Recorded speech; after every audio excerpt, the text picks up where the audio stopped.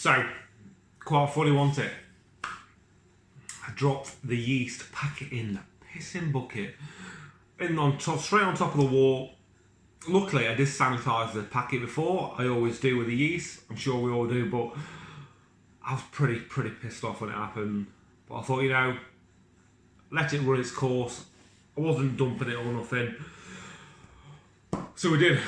And come on, what we're starting gravity 1056. I don't know what it dropped down to, but I know we've come out around about 4.3%. So I'm sure you could do your math. But that's it. For the ruby colour, yes, I've nailed that. Really, I've nailed it. And the clarity on that, you know, you can see through it. Beautiful, beautiful colour indeed. The head retention.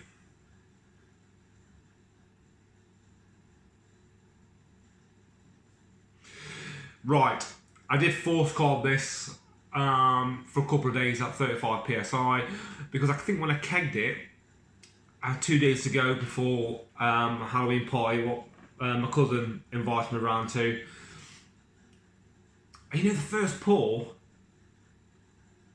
it was foamy as though, proper dead foamy.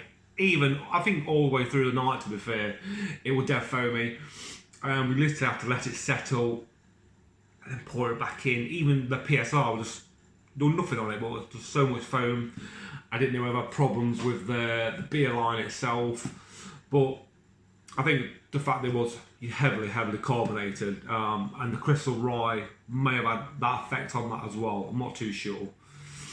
But let's quickly go in on the nose.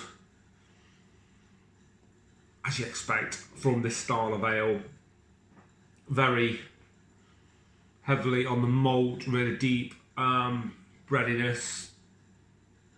You know, you do pick up on the chocolate as well. Not like it's like a roasted, really roasted nose, like a chestnut. Nothing like the roasted barley, but there's a good depth of roastiness there as well. Cheers, fellas.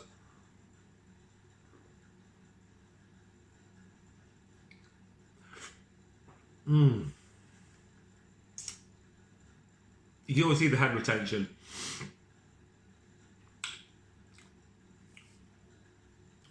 Grain bill. Now, did have no Maris Otter in at the time because I went to get a new sack Maris Otter, but I got some Vienna malt stupidly cheap. So I thought, you know what, let me use that as my base malt this month or this next couple of months. Sack of Vienna malt and see what that brings. Obviously, it's like a lager style grain, isn't it? But it actually went in with 4.2 kilo of that. Crystal rye, 390 grams. Munich malt, 300 grams, just a light Munich malt. Pardon me. And then 100 grams of chocolate. So the chocolate just literally just added that little bit more, but did I need it? You know, I probably would say so because the colours worked out perfect.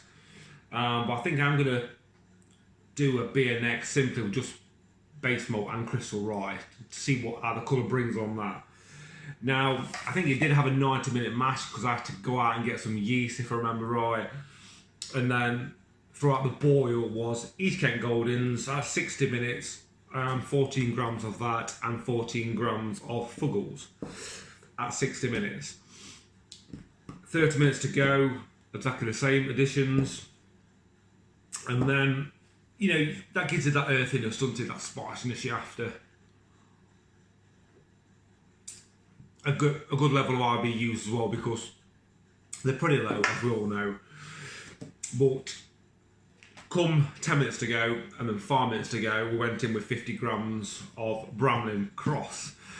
Now, I decided to choose that simply because the style itself, Bramlin Cross, will add that fruitiness, that fruity bite.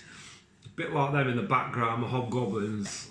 I think it's just me trying to play around with getting something more close to that. And if Bramlin Cross gives that hedgerow blackcurranty bite, we're on to a winner. But you know, It's very, very dominant, this is, with the malts, the chocolate and the crystal rye, because it gives that dryness. Very, very dry. Roasty, earthy. There's slight fruit coming through, but I don't think the Bramlin Cross is playing too much as I really hoped. I tell you something, it's very, very quaffable. Really, it's like 4.3% of the Nottingham Ale yeast, or the Wilco's German yeast, what it was at the time. But yeah, fair impressed. Now it has calmed down in the keg as well. You know, there's no active foamy issues whatsoever. I think that simply was because of the forced carbonation for a couple of days. And it may something to do with the crystal rye malt as well, what made it really foamy at the time. Just need some time to settle. That is sure a winner. I've only got about half a keg left, I think. But you know, we'll smash that down me this next week or so. I really need to brew. I've not brewed since then, middle of October. It's been about 4 weeks now. So we need to get something wrapped up. I've got this weekend off work, busy car shopping with the good lady.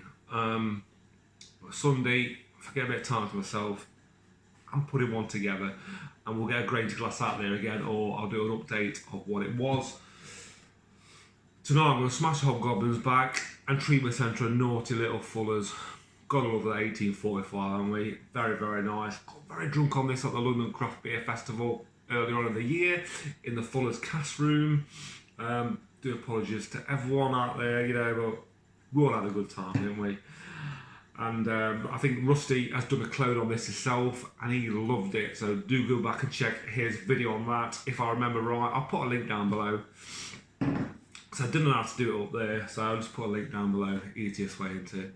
Guys, happy Homebrew Wednesday, enjoy, and we'll catch you on the next one.